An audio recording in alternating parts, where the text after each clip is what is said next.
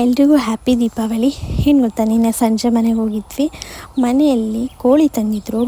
ಎಂಥ ಕೋಳಿ ಗೊತ್ತಾ, ಸ್ಪೆಷಲ್ ಕೋಳಿ ಅಂಕಕ್ಕೆ ಹೋಗ್ತಾರಲ್ಲ, ಆ ಕೋಳಿ ತೊಗೊಂಡು ಬಂದಿದ್ದರು.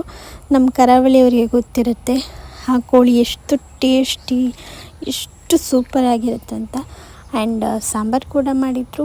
ಹಾಗೆ ಕೋಳಿ ರೊಟ್ಟಿ ನಮ್ಮ ಕಡೆ ತುಂಬಾ ಸ್ಪೆಷಲ್. ನೀವೇನಾದರೂ ಕೋಳಿ ರೊಟ್ಟಿ ತಿಂದಿದ್ದೀರಾ? ಹಾಗಾದರೆ ಕಾಮೆಂಟ್ ಮಾಡಿ.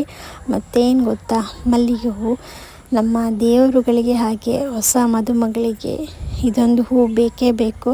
ಹಾಗೆ ಸ್ವಲ್ಪ ಪಟಾಕಿ ಹೊಡೆಸಿದ್ವಿ.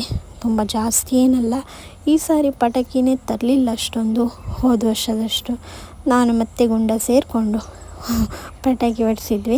ಹಾಗೆ ಬೆಳಿಗ್ಗೆ ನನ್ನಮ್ಮ ಗಾರ್ಡನಿಗೆ ಹೋಗಿ ಜಾಜಿ ಮಲ್ಲಿಗೆನ ಕೊಯ್ತಾಯಿದ್ಲು. ತುಂಬಾ ಹೂವಾಗಿತ್ತು. ನಂಗೆ ನೋಡಿ ತುಂಬಾ ಖುಷಿಯಾಯಿತು.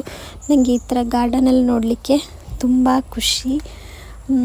ಈ ಥರ ಚಿಕ್ಕ ಚಿಕ್ಕ ಫ್ಲವರ್ಸು ಈ ಥರ ನಂಗೆ ತುಂಬ ಖುಷಿ ಕೊಡುತ್ತೆ, ಆಯಿತಾ. ಮತ್ತು ಆರ್ಡ್ರ್ ಬಂದಿತ್ತು. ಸೊ 2 ಆರ್ಡ್ರ್ ಬಂದಿತ್ತು ಇವತ್ತು. ಅವೆರಡನ್ನು ಕಲೆಕ್ಟ್ ಮಾಡಿದೆ. ಆ್ಯಂಡ್ ಮಧ್ಯಾಹ್ನ ತುಂಬಾ ಹೊಟ್ಟೆ ಹಸಿದಿತ್ತು. ಸೊ ಮೀನು ಊಟ ಮಾಡಿದ್ವಿ. ನೆಕ್ಸ್ಟ್ ವ್ಲಾಗಲ್ಲಿ ಮತ್ತೆ ಸಿಗುವ. Tata, bye bye.